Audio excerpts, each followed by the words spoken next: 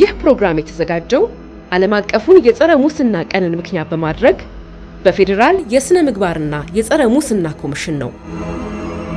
ሰላም ጤና ይስጥልን ተመልካቾቻችን፣ ስነ ምግባር ለቤተሰብ ግንባታ ምን አስተዋጽኦ አለው የሚለውን ሐሳብ ትኩረት አድርገን ውይይት እናደርጋለን።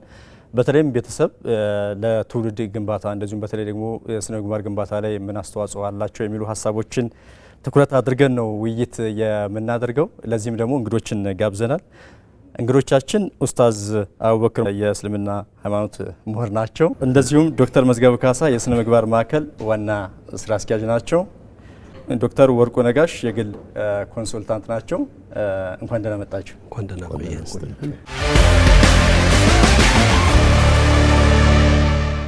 እናመሰግናለን። እንግዲህ ዛሬ በተለይ ትኩረት አድርገን ውይይት የምናደርገው ቤተሰብ ለትውልድ ስነ ምግባር ግንባታ ምን አስተዋጽኦ አለው የሚለውን ሐሳብ ትኩረት አድርገን እናነሳለን። ግን እንደው ቤተሰብ ማን ነው የሚለውን እስኪ እንደመነሻ እናድርግና ቤተሰብ ማን ነው ከሚለው ሐሳብ እንነሳ። ምክንያቱም ቤተሰብ ምናልባት እንደው የምንኖርበት ወላጅና አባት ብቻ ነው ወይስ ሌላ ትርጉም አለው የሚለውን ኡስታዝ እንነሳ ወይስ ፕሊዝ እሺ በዚህ ርዕሰ ጉዳይ እንድንነጋገር በዚህ ፕላትፎርም ስለጋበዛችሁኝ ከልብ አመሰግናለሁ። ርዕሰ ጉዳዩ ያው ወሳኝ ርዕሰ ጉዳይ ነው። ቤተሰብ ማለት ከእናት ከአባት የሚወለዱ ልጆች እና በእናት በኩል በአባት በኩል የምንዛመዳቸው አንድ ላይ ሰፋ ባለ መልኩ ስንወስደው የሚዋለዱ በስጋ የውህደት አብሮነትን የመሰረቱና በአብሮነቱ ደግሞ የተወለዱ ልጆች ያሏቸው በነዛ ቤተሰባዊ በሁለቱ ባልና ሚስት ውህደት ደግሞ ምክንያት ደግሞ ቤተሰቦቻቸው የተገናኙበት እንዲህ አይነት አነስ ያለ ማህበረሰባዊ ይዘት ያለው ህልውና ገና የሚጀምርበት ወይንም ደግሞ የማንነት የሚቀረጽበት ቤተሰብ መነሻ መሆኑን የምንገልጽበት ነው። ከዚህ በተጨማሪ ቤተሰብ ስንል በሀሳብ፣ በስሜት፣ በገንዘብ፣ በህይወት በሁለመናዊ ነገር የሚጋሩ አካላት ተዋህደው ወይንም ደግሞ ተጣምረው የሚገኙበት ማንነት ማለታችን ነው። ምንም ገደብ የሌለው ማለት ነው።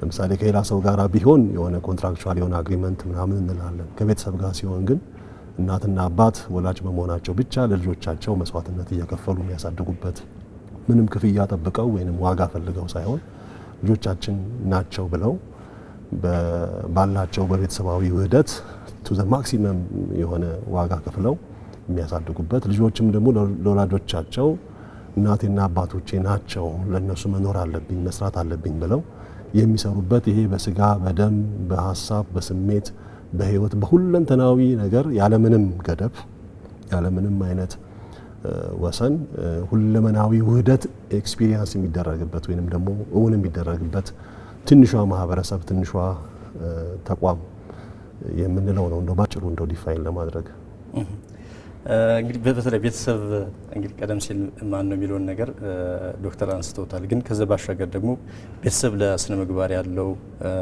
እንደዚሁ ግንባታ ለትውልድ ግንባታ ሰፋ ስናደርገው ለትውልድ ግንባታ ማለት እንችላለን። ግን ስነ ምግባር ላይ ትኩረት ስለምናደርግ ነው ምንድነው አስተዋጽኦ የሚለውን እስኪ ኡስታዝ እናሳናሳቸው ደግሞ እንላለን። እሺ አመሰግናለሁ። ያው መሰረታዊ ሀሳብ ነው የተነሳው አባ እንደገለጹት። በተለይ ይሄ ስነ ምግባር ጉዳይ እንደ ትውልድ እንደ ሀገር እንደ ማህበረሰብ የአንድ ማህበረሰብ እድገትም ውድቀትም የቀጣይ ጉዞ መሰረት የሚጣልበት እድገቱም ውድቀቱም የሚለካበት ነው። ለዚህ ደግሞ ትልቁ ድርሻና ሚና ያለው ቤተሰብ ነው። ያው ሁለት አይነት የቤተሰብ መገለጫዎች ይኖራሉ። ሰዎች በጋራ የሆነ የሚያስተሳስራቸው እንደ አንድ ቤተሰብ ይሆናሉ። በጋራ የሚያስተሳስራቸው መሰረታዊ የሆነ መገናኛ ሲኖራቸው ከስጋዊ ዝምድና ባለፈ ቤተሰባዊ ቁርኝት ሊኖራቸው የሚችልበት ማንነት እንዳለ በእስልምና አስተምህሮቶችም ይገለጻል። ያው ከስጋ ዝምድና ከእናት ከአባት ከሚፈጠሩት ባለፈ ለዚህ ትልቁና ሁሉ ላነሳው ሐሳብ ላይ መሰረታዊ ነገር ነው የሚባለው የወላጆች ድርሻ ነው። በእስልምና አስተምህሮት ልጆች አማና ናቸው ይላል አላህ Subhanahu Wa Ta'ala በቁርአን ላይ ዩሲኩሙላሁ ፊ አውላዲኩም ይላል። በልጆቻችሁ አደራ እንላችኋለን። ወላጆች አደራን የተቀበሉት እንግዲህ ፍጡራን የአላህ ፍጡር ናቸው። መሰረታቸው በእኔ እንዲመጡ የተሰጡ ልጆቼ ለእኔ የተሰጡኝ አደራዎች ናቸው። እነሱን መጠበቅ፣ በስነ ምግባር ማነጽ፣ ወደ ተሻለ ማንነት እንዲኖራቸው ለራሳቸው፣ ለቤተሰባቸው፣ ለማህበረሰባቸው አልፎም ለሰው ዘር በአጠቃላይ የሚጠቅም ማንነት ከጉዳት የራቁ የተጠበቁ እንዲሆኑ እሱ ድርሻ እንዲወጣቸው የማድረጉ ኃላፊነት የወላጆች ኃላፊነት ነው። ወላጆች የመጀመሪያው ትልቁ ድርሻ ባለቤት ናቸው። በተለይ ደግሞ እናት አብዛኛው ጊዜ በእስልምና አስተምሮት እናት መድረሳ ናት፣ ትምህርት ቤት ናት ይባላል። ልጆች ብዙውን ጊዜ የሚያልፉበት በዛ ስለሆነ ልጆችን ከልጅነታቸው የማህበረሰብ ግንባታ መሰረት። ለዚህ ነው ሰዎች በትዳር ህይወት ውስጥ ሲጣመሩ እንኳን ባል ማንን ሚስት ማንን እንደ ህይወት አጋራቸው እንደሚመርጡ ይወስኑ ይላል እስልምና። ምክንያቱም ለልጆች እናት የምትሆን የሴት ምን አይነት ናት፣ ለልጆች አባት የሚሆን የሰው ምን አይነት ነው፣ በስነ ምግባር በባህሪ በእምነት በመንፈሳዊ ከፍታ ውስጥ ሊኖር የሚችል ሰው ሁልጊዜ የምንመርጣቸው ሰዎች እነሱን ያልሰጠናቸውን ስለማያወጡ ያልመረጥነውን ስለማናገኝ መቼም ወላጆቹ መጥፎ ነገር እየተመለከተ ያደገ ልጅ በጣም ሩቅ ነው። በራሱ ማንነት ልፋት ሂደት ውስጥ አድጎ ተለውጦ ካልተቀየረ በስተቀር ያየውን ነገር ይዞ የማደግ ባህሪው አለው ያልተሰጠውን ስለማያመጣ ማለት ነውና ትልቁ ድርሻ ያለው እነሱ ላይ ነው። ስነ ምግባርን በማነጽና በመቅረጽ እስልምና በስነ ምግባር ላይ ትልቁ ትኩረት ይሰጣል። አምልኮተ ስርዓት የሚፈጸምባቸው ኢባዳዎቻችን ብለን የምናስባቸው ለፈጣሪ የምናደርጋቸው ግንኙነቶች ትልቁ ዓላማቸው ይሄንን የስነ ምግባር ከፍታ ማምጣት ነው። ሰው ሶላት ይሰግዳል። ሶላት የሚሰግደው ስነ ምግባሩን ለማነጽ ነው። ስነ ምግባር የሌለው ሶላት ከሆነ ሶላት አልተሰገደም፣ ስፖርት ነው ይላል በእስልምና አስተምሮት። ጾም ጾማችሁ አንደበታችሁ ካልጾመ፣ አይናችሁ ካልጾመ፣ እጃችሁ ካልጾመ፣ ተግባራችሁ ካልጾመ አልጾማችሁም፣ የረሃብ አድማ ነው ይላል። አላማቸው ትልቁ አላማቸው ለዚህ ነው ነብዩ መሐመድ ሰለላሁ ዐለይሂ ወሰለም እኔ ወደዚህ ምድር የተላኩት የሰው ልጆችን ስነ ምግባር ለመሙላት ነው ይላሉ። ስነ ምግባር ያልተስተካከለ ማህበረሰብ ጠቀሜታ ስለሌለው ለጥፋት መገለጫና ማሳያ ስለሚሆን ያንን ትልቁን ድርሻና ኃላፊነት የሚወስዱት ደግሞ መጀመሪያ ትውልድ የሚቀረጸው የሚታነጸው መሰረት የሚጣልበት ከቤተሰብ ስለሆነ የቤተሰብ ድርሻ ትልቁን ድርሻ ይዛል። ያ ነው ልጆቻችንን በምን አይነት መልኩ እናሳድጋቸው ሲባል በስልምና ተርቢየተል አውላድ ይባላል። ለልጆች ሊሰጣቸው የሚገባ እነሱን በማሳደግና በማስተማር ሂደት ውስጥ ምን ይሆኑ ከልጅነት እድሜያቸው ጀምሮ ምን እንስጣቸው ተምሩ አስተምሮቶቹ ላይ የሚገለጹ ነገሮች አሉና ያ ትልቁን ድርሻና ሚና የሚወስደው ቤተሰብ ነው። ከቤተሰብ ቀጥሎ ነው እንግዲህ ትምህርት ቤቱ፣ ማህበረሰቡ፣ አገራዊ የምናያቸው የተለያዩ መገለጫዎች ለልጆች ማንነት ቅረጻ ውስጥ የስነ ምግባር ማሳያ መገለጫዎች ውስጥ አስተዋጽኦአቸውና ሚናቸው የሚጎላው ትልቁ ድርሻ ያለው ግን ቤተሰብ ጋር ነው። የማን ልጅ ነው ማለት አንዳንድ ጊዜ ምንም አባባል አለ፣ ምንጭ ካማረ ወንዙ ያምራል ይላሉ። ምንጩ ሲስተካከል ወንዙ ይስተካከላል። ጨው ብዙ ነገር ሲበላሽ ማስተካከያ ነው። ጨው ከተበላሸ ግን ሌላውን ነገር ማስተካከል አይቻልም። መሰረቱ ሲስተካከል የቤተሰብ ነገር ሲስተካከል የልጆቻችን ነገር የተስተካከለ ይሄዳል ማለት ነው። ዶክተር በተለይ አሁን ቀደም ሲል አንስተውልናል ቤተሰብ በትውልድ ስነ ምግባር ላይ ያለውን ሚና ኡስታዝ አንስተውታል። ግን ደግሞ ከዛም ባሻገር በሂደት ውስጥስ ምን ማድረግ አለባቸው? ቤተሰብ እንግዲህ በስነ ምግባር መገንባት አለባቸው ብለን ስናነሳ ምን ማድረግ ሲችሉ ነው አንድን ትውልድ መቅረጽ ይችላሉ ወይም ደግሞ የተሻለ ትውልድ ማነጽ ይችላሉ ተብሎ የሚታሰበው? አመሰግናለሁ። በጣም የአርስቱን በጣም አስፈላጊነት ማጉላት እፈልጋለሁ። በዓለም ላይ ያሉ መንግስታት ሁሉ የሚጨነቁበት አርስት ነው። ኢትዮጵያችንም ልትጨነቅበት የወደደችው አርስት ነው። ስነ ምግባርና ጸረ ሙስና ኮሚሽንንም ማመስገን ፈልጋለሁ። ይሄ አመታዊ በዓል እየተደረገ የሚከበርና በጣም ተደጋግሞም ሊደረግ የሚገባ ነው። እንግዲህ ቤተሰብን ምን እንደሆነ ተነጋግረናል። ወላጅ፣ ልጆች፣ ቤተሰብ፣ ዘመድ አዝማድ በአንድ ላይ ተገናኝተው የሚኖሩበት ደስታቸውን የሚካፈሉበት፣ ሀዘናቸውን የሚካፈሉበት፣ ስኬታቸውን በተለየ ዘላቂ የሆነ ትዝታ የሚፈጥሩበት አንድነት ነው እና እነሱን ማንነታቸውንም የሚቀርጽ ህብረተሰባዊ ጉዞ ነው። እንደተባለውም አንተም እንዳልከው ከትውልድ ወደ ትውልድ ተሻጋሪ ነገር ነው። ስለዚህ የወላጅ የቤተሰብ ኃላፊነት በምንልበት ጊዜ እናትና አባትን ወንድሜ በጣም በጥሩ ሁኔታ ነው እናትን በማጉላት አባት ሚናው ከፍ ያለና በእድሜም የበላይ ስለሆኑ ልጆች ህፃናት በሆኑበት ጊዜ ከእናትና ከአባት የበለጠ ይጠበቃል። አብሮ ከሚኖር አያት፣ አክስት፣ አጎት፣ ዘመድ ብዙ ይጠበቃል። እየቀጠለ ሲሄድ ግን ልጆች እያደጉ ሲመጡ ግን ልጆችም ሚና የሚኖርባቸው ሰዓት እየመጣ ነው የሚሄደው። ስለዚህ የሁሉም ኃላፊነት በአንድ ላይ ሲሄድ ነው። እንግዲህ በህፃንነታቸው ልጆች እስከ መጨረሻውም ልጆች ቤቱን ዘመናቸው ጊዜያቸው ደርሶ ጥለው የራሳቸውን ቤት እስከሚመሰርቱ ድረስ ወላጆች ትልቅ ሚና ነው የሚኖራቸው። ወላጆች ግን በባዶ አይደለም። ከላይ ሲወርድ ሲዋረድ ያዩታል። ከነሱ ወላጆች ያዩታል።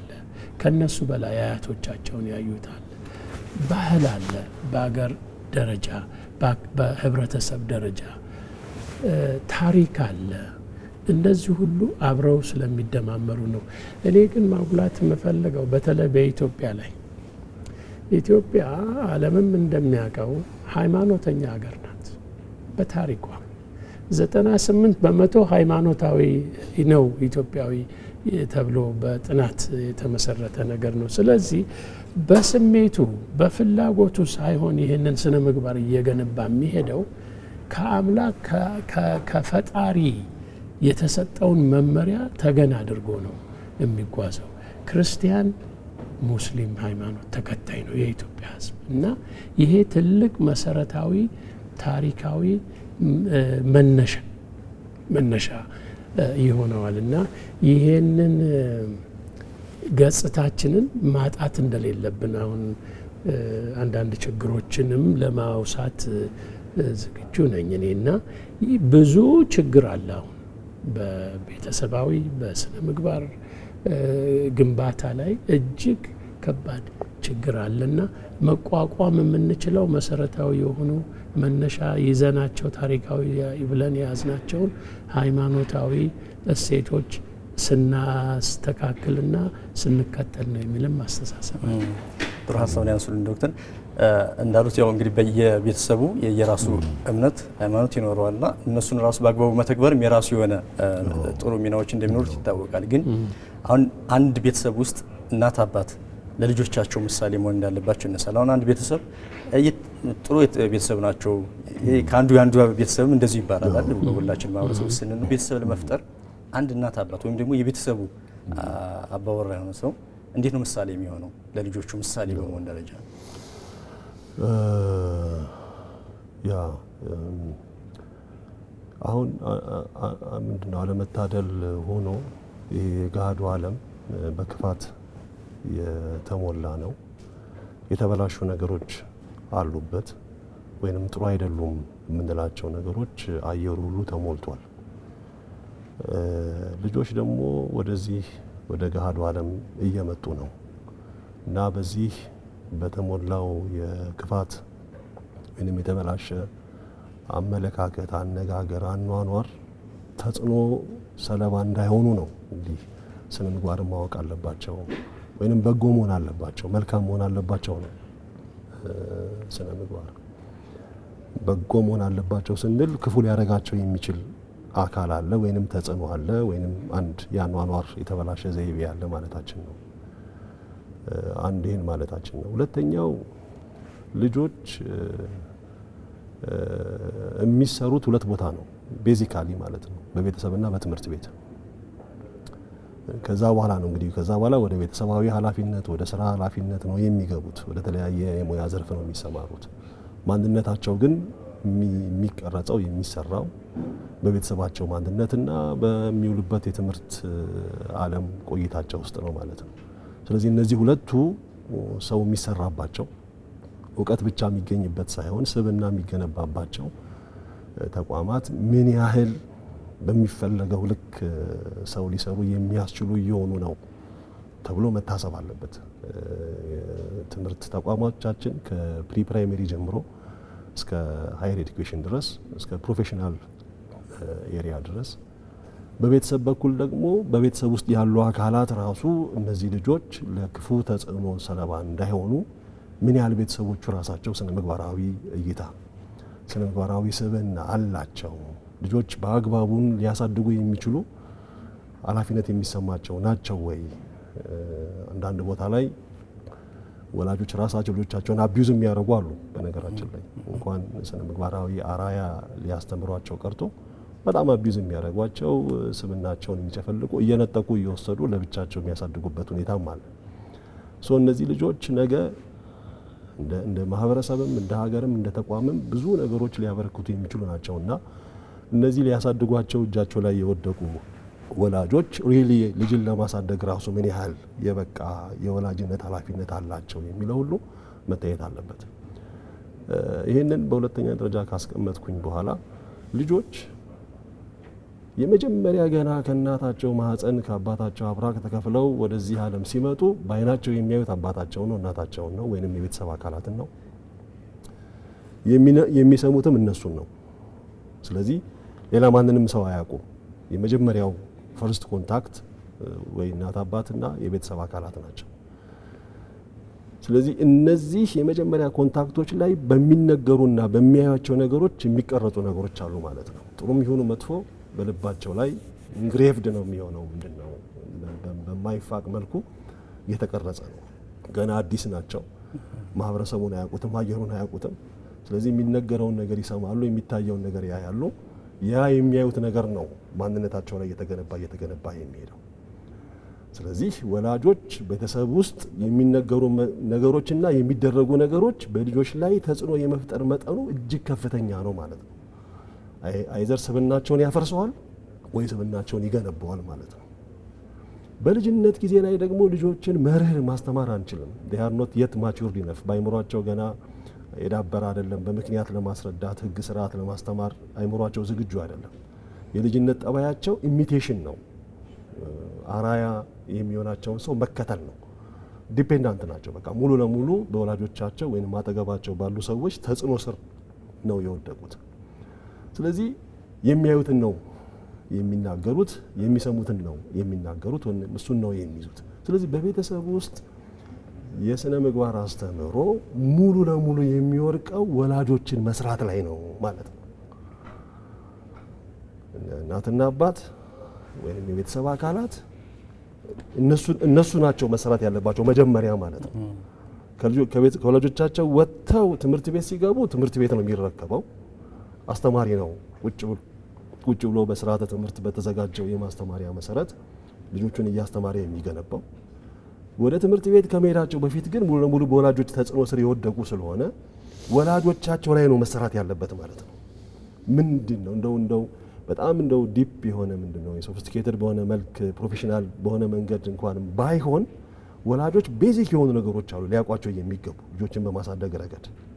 እነዛን ነገሮች አውቀው ሲናገሩም ሲያደርጉም የሚለቅሙ የሚከታተሉ ልጆች አሉ። አንድ ቦታ አስታውሳለሁ ከዚህ ከስነ ምግባር ማሰልጠን ጋር በተያያዘ ወላጆችን ለማናገር ሄደን እንደ ምሳሌ ነው የነገረን እና ልጆቹን ትምህርት ቤት ጠዋት ሲያደርስ አንድ መኪና ልፍ ሲል ያው እንግዲህ መኪና ሲጠላለፉ ስድብ መቼም ያው ሾፌሮች ጋር ቀላል ናት እና ላጥ ብሎ ሲሳደብ ትምህርት ቤት የሚያደርሰው ልጁ ይሰማል እና ደነገጠና እንደዚህ መናገር አልነበረብኝም ብሎ ትንሽ እፍረት ተሰማው።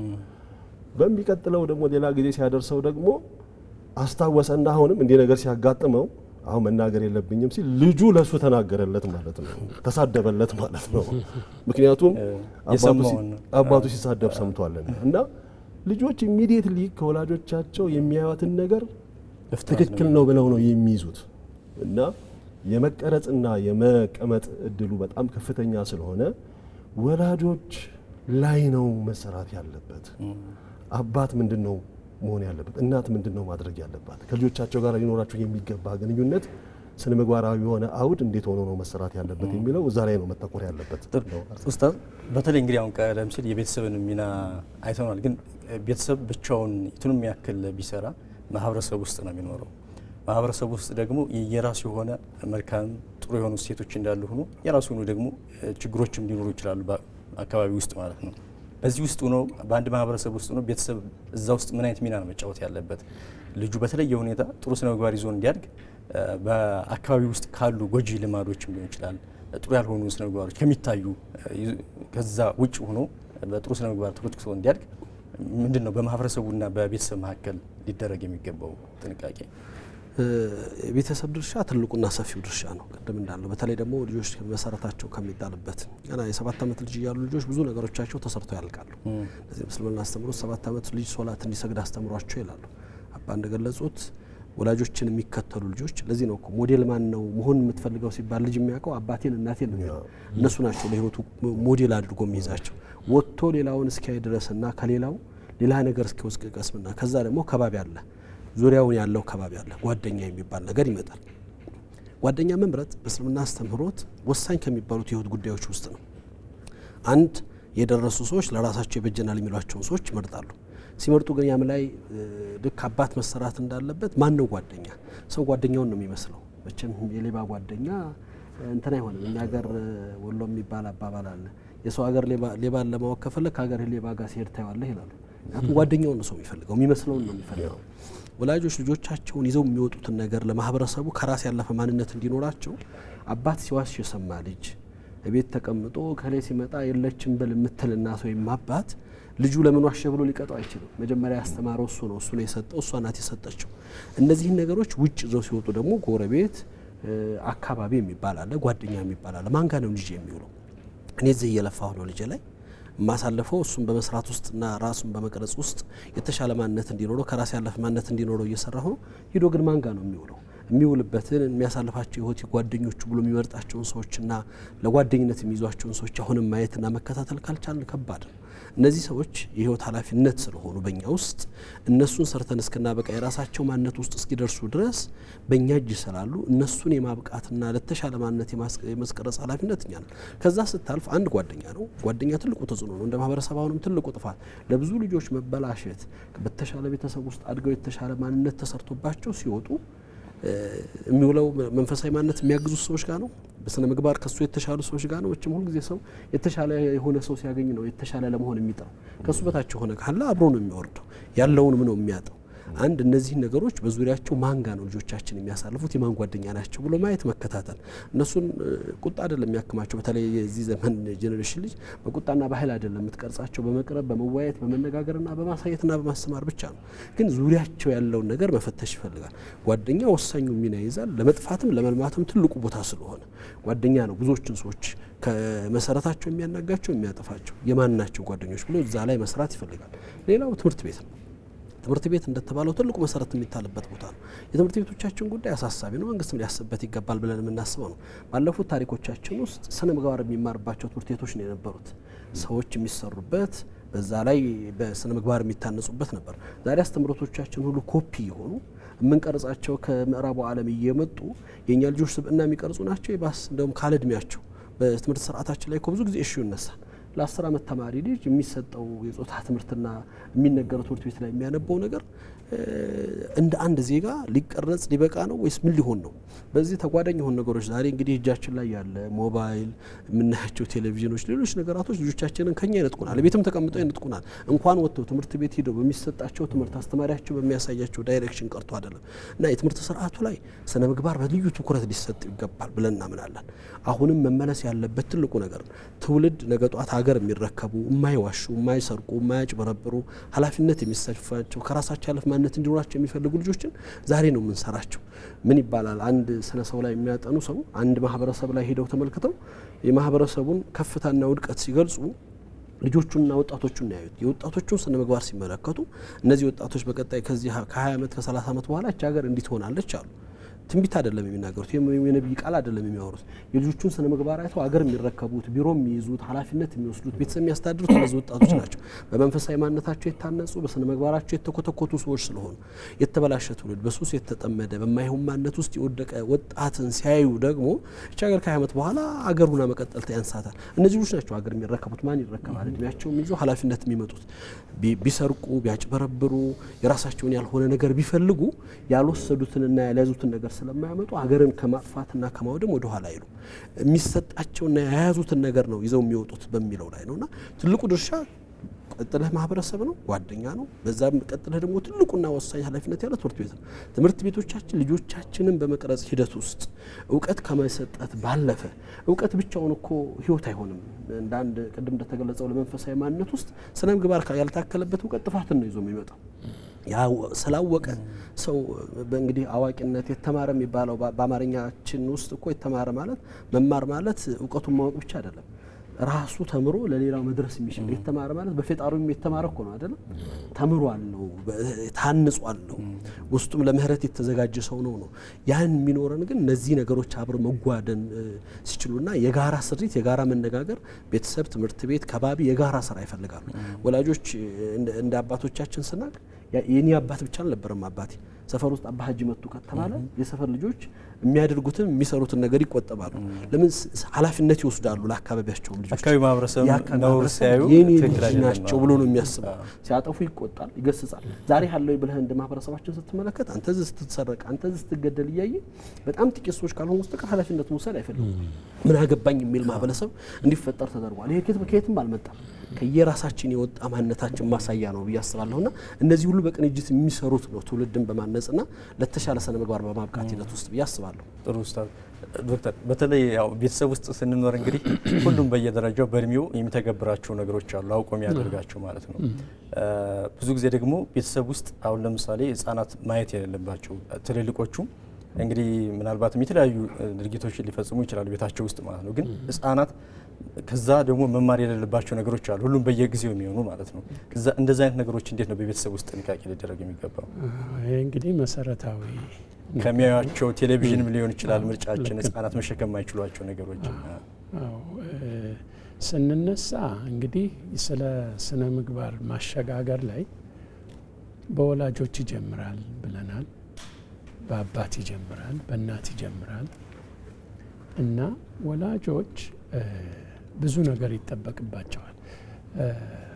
ከመነሻው እነሱ ራሳቸውን የሚገዙ በስነ ስርዓት የሚኖሩ ለሌሎች ምሳሌ ሊሆኑ የሚችሉ እንዲሆኑ ይጠበቃል። ቀጥሎ እንግዲህ ቤተሰብ ብለናል እና ዘመድ አዝማድ አለ። ስንቀጥል ጎረቤት አለ። ስንቀጥል ይኸው ተጠቃቅሷል። እኔም የትምህርት ዘርፍ ላይ በትኩረት የምሰራ ነኝና ትምህርት ቤት አለ። ይሄ ሁሉ ልጆቻችን ላይ የሚያመጣው ተጽዕኖ ቀላል ሆኖ ሊታይ አይችልም። ከሁሉ እየበለጠ የመጣው ግን አሁን ልንጨነቅበት የሚገባው ግን ትልቁ ፈተና ይሄ የዘመናዊ የቴክኖሎጂ ያመጣው ፈተና ነው እና ወጣቶች ጊዜያቸውን የሚያጠፉት እንዲያውም ወላጅን እየተካ የሚመስል ቴክኖሎጂ ይሄ ማህበራዊ ውይይት የሚደረግበት ስልኩም ሆነ ታብሌትም ሆነ ቴሌቪዥንም ሆነ ድሮ ልጆች መጽሐፍ እያነበቡ የተለያየ ነገር ይማሩ ነበር። አሁን ማዳመጥ ነው፣ ማየት ነው እና ትልቅ ፈተና ሆኖ ለወላጅም ለማህበረሰብም ለሀገርም አሳሳቢ የሆነ ነገር ሆኖ ነው እኔ የማየው። ስለዚህ በዚህ ዙሪያ ራሱ ቤተሰብ መጨነቅና እቅድ ማውጣት አስፈላጊ ይመስለኛል። ተማሪዎች ወይም ወጣቶች ይሄ ነገር በቀላሉ አይደለም የሚወርሳቸው፣ በጣም ከባድ ነገር ነው። አንዳንዴ ወደውም አይደለም የእድሜ እኩዮቻቸው የሚያደርጉትን ማድረግ ነው ተፈጥሯዊ ዝንባሌያችን እና በእድሜ አቻ የሆናቸው የሚያደርገውን ለምን እኔ እገለላለሁ በሚል ስሜት ሲገናኙ የሚያወሩትም አርዕስት እነሱ የውጭ መሆን አይፈልጉም፣ የአርዕስቱ ውስጥ ተሳታፊ መሆን ነው የሚፈልጉት እና ይሄ ፈተና በትልቁ ታይቶ በየቤተሰቡ መፍትሄ ቢገኝለት፣ ለምሳሌ ገደብ ቢበጅለት አስፈላጊ ነው። ጠቃሚም እንደሆነ እናውቃለን። ቴክኖሎጂ በጣም አስፈላጊ በጣም ጠቃሚ ነው። ግን የሚጎዳም ነገር ስላለው ያጠቃቀም መመሪያ የቤተሰቡ ቢያበጅ። አንዳንድ ቤተሰቦች ይሄ አይጠቅመኝም፣ ለልጆቼ መልካም አይደለም፣ ስነ ምግባር አይገነባም ብለው ቴሌቪዥን ቤታቸው ማያስገባዋሉ። ይሄ አንድ እንግዲህ የቤተሰብ ውሳኔ ነው። አይ ቢኖር እኮ ጥሩ ነው፣ ግን አጠቃቀም ላይ ደግሞ በሳምንት አንድ ቀን የተወሰነ መልካም ነው የምንለው ፕሮግራም ቢታይ የሚል አይነት መመሪያ ያስፈልጋል። ከሁሉ በበለጠ እኔ እንደ ምክርም የማቀርበው ወላጅ፣ ልጅ፣ ቤተሰብ የመወያየት ባህል በቤታቸው ቢያሳድሩ ጥሩ ነው። ቢለማመዱ ወራዊ የስብሰባ ጊዜ፣ ሳምንታዊ የስብሰባ ጊዜ ምክር የምናደርግበት ችግርን አውጥተን መፍትሄ የምንፈልግበት ስራዬ ብለን ስለ ጉዳይ የምንወያይበት ሰዓት በየቤተሰቡ ቢበጅ ጠቃሚ ነው ብዬ አስባለሁ። ዶክተር እንግዲህ በተለይ አንዳንድ ነገሮች ላይ በቤተሰብ ውስጥ ማሁን እንደምንመለከተው የተደባለቁ ነገሮችን እንመለከታለሁ። ነጻነት የሚባለውን ነገር የምንተረጉምበት መንገድ ማለት ነው፣ ለልጆች ነጻነት መስጠት። ግን ደግሞ በሃይማኖታዊም ይሁን እንደ ሀገራችንም ባሉ ባህላዊ እሴቶቻችን ጭምር የራሱ የሆነ እንግዲህ ከትውልድ ትውልድ የተሻገሩ መልካም የሆኑ ነገሮች አሉን። እነዛም ደግሞ እንደ ገደብ ወይም ደግሞ ማየት ማለት ነው፣ በመጥፎ ጎናቸው ማየት በነጻነትና በዚህ መካከል ያለው ለልጆቻችን ልንሰጠው የሚገባ ገደብ እስከምን ድረስ መሆን እሱ ነው ትልቅ እንድን የሚፈልጉትን ስንከለክላቸው ነጻነታቸውን እንደገደብን ወይንም ለተጽዕኖ በእኛ ጫና ውስጥ ልናስቀምጣቸው እንደሞከርን ሆኖ ሚስ አንደርስታንድ ይደረጋል ወይንም ሮንግሊ ይተረጎማል። ስንፈቅድላቸው ደግሞ የተበላሹ ነገሮችን የማየትና የመበላሸት የመጥፋት ነገር ደግሞ ይፈጠራል። እቺ አንድን ሰው ነጻ ነው ስንል ነጻነቱን እናከብርና ከነጻነቱ ጋር ግን አብሮ ደግሞ የሚጠበቅበት ደግሞ ግዴታ ደግሞ አለ። ለምንድነው ነጻነቱ? ነጻ ነው፣ ያሰበውን መስራት ይችላል፣ መገደብ የለበትም። ሰው ነጻ ሲሆን ደግሞ ራሱ ክሬቲቭም የሚሆነው እንደፈለገው መብረር የሚችለው ይሄ የመፍጠር የመስራት አቅሙን ማውጣት የሚችለው ከገደብ ነጻ ሲወጣ ነው። ነጻነት ያስፈልጋል። ያ ነጻ ሆኖ የሚሰራው ነገር ግን ደግሞ ሰዎችን የሚጎዳ መሆን የለበትም። ስነ ምግባር የሚለው ጥያቄ የሚነሳው ከሰዎች ጋር በሚኖረን ግንኙነት ነው። ንግግሬና ድርጊቴ ሰውን የሚጎዳ ከሆነ ያ ጉዳት የፈጠረው ድርጊት መታቀብ አለበት፣ መከልከል አለበት፣ ወይም ደግሞ እንደ ግዴታ ይህን ማድረግ የለብህም ይህን መናገር የለብህም የሚል ማንዴት መግባት አለበት ማለት ነው። ስለዚህ እኛ እንግዲህ ያው እንዳለመታደል ሆኖ እያልኩ ነው የምናገረው። ምክንያቱም ኦልሬዲ እኛ በእኛ አመለካከት የእኛ ማህበረሰብ በመጣበት መንገድ አንዳንዴ እኛ በምንፈልገው አይነት በተቀረጸ ስርዓት ውስጥ አይደለም እየኖርን ያለ ነው፣ ሲስተም ውስጥ አይደለም ያለ ነው።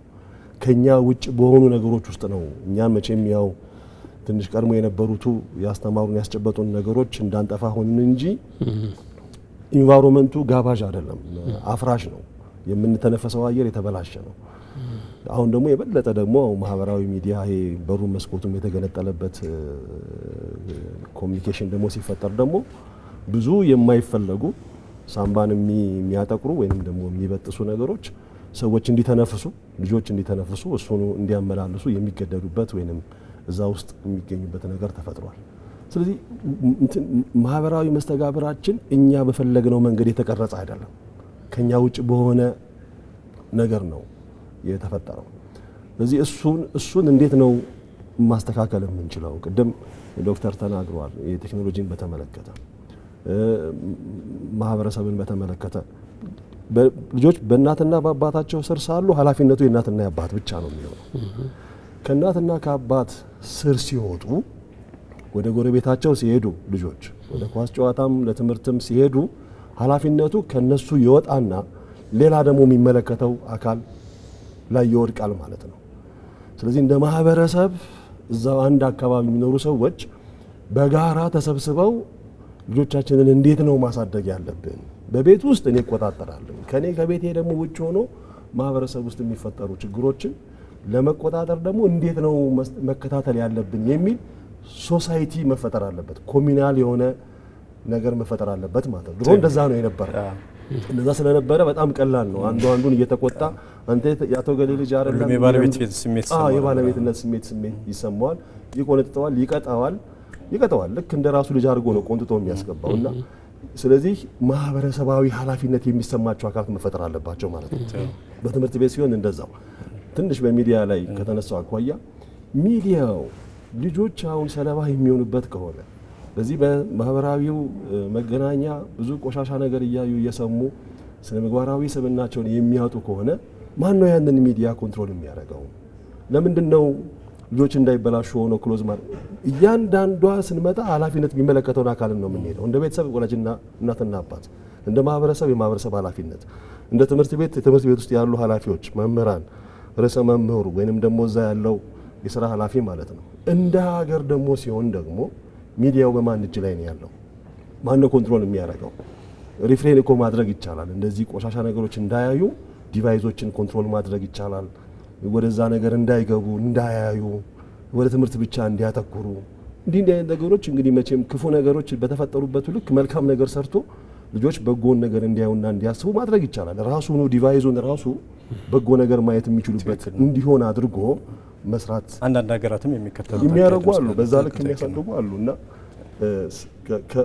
ከቤተሰብ ሲወጣ የሚመለከተው ኃላፊነት ላይ ነው የሚወርቀውና ኃላፊነቱን ዋይድ ለማድረግ ፈልጌ ነው። እሺ ውይይታችንም እያጠቃለለ ስለሆነ ማለት ነው አጠቃላይ ዛሬ እንግዲህ ውይይታችንን ያደረገው ቤተሰብ ላይ በተለይ በስነ ምግባር የታነጸ ትውልድ ለማነጽ ምን መደረግ አለበት የሚሉ ሀሳቦች ነው ያነሳነውና እንደማጠቃለያም የሚሰጡት ምክር ካለ ምን መደረግ አለበት የሚለው ነው። እኔ የሁላችንም ድርሻ በአግባቡ መወጣት ከመንግስት ኃላፊነት ጀምሮ ለሀገር የሚጠቅሙ ለማህበረሰብ የሚበጁ ልጆች እንዲፈጠሩ ተቋማዊ ስርዓት አሁን እንዳሉት ቴክኖሎጂው ላይ በጣም ገደብ መጣል ባለባቸው ጉዳዮች ላይ ገደብ ተጥሎ ሰው ልጅ በእስልምና ህግጋት የሚወጡት ገደብ ለማድረግ ነው። ነጻነት ያለ ገደብ አይሆንም፣ ለሰው ልጅ አልተሰጠውም። ምክንያቱም በተለይ በአፍላነት እድሜ ሲሆን ሁሉን ነገር መሞከር ይፈልጋል። ዛሬ እኮ የሰይጣናዊ አስተምሮቶችን እየተመለከቱ ራስን ማጥፋት እንደ አንድ ውጤታማነት አስቦ ራሳቸውን ጥለው የሚገሉ ወጣት ልጆች እኮ የተፈጠሩ ነው ዓለማችን ላይ። ይሄ የስነ ምግባር ወጥ የሆኑ ከእምነትም ከባህልም ያፈነገጡ የጾታ ግንኙነቶች እየተፈጠሩ ያሉት እኮ እንሞክር ነው እንደማይሆን እያወቁት የሚያዩት ነገር ላይ ተጽዕኖ እያደሩ ግን የማይጠቅማቸው ነገር ውስጥ እንኳን ራሳቸውን ገብተው ማግኘት እዛ ከገቡ በኋላ መውጫ የሚጠፋበት ሁኔታና ፈተናው በጣም ብዙ ነው። ለዚህ የመንግስት የትምህርት ተቋማት የቤተሰብ ቁጭ ብሎ መምከር ያስፈልጋል። እኔ እንደዚህ አይነት ጉዳዮች ላይ አሁንም ማደራ የጸረ ሙስናውም ይሄንን ታሳቢ ተደርጎ የተዘጋጀ መድረክ ከመሆኑ አንጻር በአመት የምናከብራቸው በዓላቶች ወይም ደግሞ አመታዊ ፕሮግራሞችን ጠብቀን የምንሰራቸው ጉዳዮች አይደሉም። የእለት ከእለት ስራዎች ናቸው። ትውልድ ነው የምናስበው፣ ስለ ትውልድ ነው የምንጨነቀው። ከአመታዊ ጉዳይ ያለፈ እለት ከእለት እየተቆጣጠርንና እያየን እየተመካከርና እየተነጋገርን ሁሉም የድርሻውን የቤት ስራ እየወሰደ ኃላፊነቱ ላይ እየተገኘ ያንን ማስተካከል ካልተቻለ አንወጣውም አንችለውም የሚል ሀሳብ አለና እሱ ላይ የጋራ ስራ ቤተ እምነቶች ትልቁ ጉዳያችን ነው። አገር በእምነት የምትገለጽ አገር ውስጥ ናት ያለው ነው። ዛሬ ይሄው የሚያጠፋው አገር የሚያበላሸው ትውልድ የሚያጠፋው ከአንዱ ቤተ እምነት የወጣው አካል ነው። ልጆቻችን እውነት የኛ አካል ናቸው ወይ እምነቱን አውቀውት መንፈሳዊ ከፍታ ውስጥ ተገኝተዋል የሚለው ላይ የጋራ ስራ መሰራት ከቻለ ውጤቱ ይመጣል ብዬ አምናለሁ። አንዳንድ ደቂቃ አጠር አድርጌ ልስጥራት። እኔ መጨረሻ ላይ ማለት የምፈልገው ቤተሰብ ስንል ወላጅና ልጅ ብለናል። የምንወልዳቸው ልጆች አሉ፣ የምናሳድጋቸው ልጆች አሉ። ልዩነት የለውም። ስለዚህ ቤተሰብ የሚሆነው በቤታችን ያለ ሁሉ ነው እና ቤተሰብ አባል የሆነ ሁሉ እያንዳንዱ ኃላፊነት አለበት። አባት፣ እናት፣ ልጆችም ዘመዶችም ሁሉም ኃላፊነት አለባቸው። እንዳውም ለመዝጋት የምፈልገው የእያንዳንዱ ቤተሰብ ስኬት ተደምሮ የሀገርን ስኬት ይወስናል። እውነተኛ ጠንካራ አገር ለመገንባት የምንችለው እያንዳንዱ ቤተሰብ ጠንካራና ስኬታማ ሲሆን ስለሆነ የመንግስት ሚና ይኖራል፣ የግለሰብም ሚና ይኖራል፣ የቤተሰብም ሚና ይኖራል። ዶክተር እኔ እንደ መጠቃለያ የማስቀምጠው እንግዲህ ልጆችን በስነ ምግባር ለማሳደግ ቤተሰብ ቅድም እንደገለጽነው ትልቁን ኃላፊነት ይወስዳል መነሻውን። ከዛ ደግሞ ትምህርት ተቋማት በትምህርት ቤት ውስጥ ልጆች በአግባቡ ስነ ምግባር ምን እንደሆነ በማንነታቸው ላይ የሚፈጥረው አስተዋጽኦ ከሚያውቁት እውቀት እኩል ምንድነው ከሚሳለው አይምሯቸው አጠገብ ያ የሚሳለውን አይምሮ የሚይዘው ደግሞ በጎ እጅ ወይም የተሳለውን ቢላ የሚይዘው በጎ እጅ አብሮ እኩል እየተሰጠ ማድረግ አለበትና በዚህ በኩል የመንግስት ኃላፊነት አለ። ትምህርት ተቋማት ከትምህርት ሚኒስቴር ጀምሮ በአግባቡ ከፕሪ ፕራይመሪ ጀምሮ በእያንዳንዱ ፕሮፌሽን እስከ ጥግ ድረስ ስነ ምግባራዊ አስተምሮ ሁሉም የትምህርት ቤት ውጤት ስለሆነ ሁሉም የቢዝነስ ሰራተኛውም የሕክምና ባለሙያውም የትኛውም ሰራተኛ ሁሉ የትምህርት ቤት ውጤት ስለሆነ ትምህርት ቤት ላይ አግሬሲቭሊ መሰራት አለበት ብዬ አምናለሁ። ከሁሉ በላይ ደግሞ ቅድም ኡስታዝ እንደተናገሩት ሀገራችን የሃይማኖት ተቋማት እንደመሆኗ መጠን 97 ምናምን % ያህል የኢትዮጵያ ሕዝብ የእምነት ሰው ከሆነ ሃይማኖት ትልቅ ሚና አላቸው። ምክንያቱም መንፈሳዊ ማድረግ ነው ሃይማኖት ትልቅ ድርሻው። መንፈሳዊ ማድረግ የሚችል ተቋም ስነ ምግባራዊ ማድረግ አያቅተውም። አምላካችሁን መሰሉ ለአምላካችሁ ታዘዙ እያለ የሚያስተምር የሃይማኖት ተቋም እናትና አባትን ማክበር፣ ለሰዎች በጎ መስራትና ማሰብን ማስተማር አያቅተውም እና የሃይማኖት ተቋማት ላይ ደግሞ ትልቅ ኃላፊነት ይጠበቃል። በጣም ጥሩ ውይይት ነው ያደረግነው። ያው የሰዓታችን ስለደረሰ ነው ፈጠን ያደረጉት። በጣም ለነበረን ቆይታ በጣም የማመሰግነው ኡስታዝ አቡበክር አህመድ የእስልምና ሃይማኖት መምህር፣ እንደዚሁም ዶክተር መዝገቡ ካሳ የስነ ምግባር ማዕከል ዋና ስራ አስኪያጅ፣ ዶክተር ወርቁ ነጋሽ የግል ኮንሱልታንት ለነበረን ቆይታ በጣም አመሰግነው። ተመልካቾቻችን ስነ ምግባር ላይ ትኩረት ያደረገው ውይይታችን ይህን ይመስላል። ከውይይቱ ጋር ተመስገን እንዳለ ነበርኩ። ሰላም።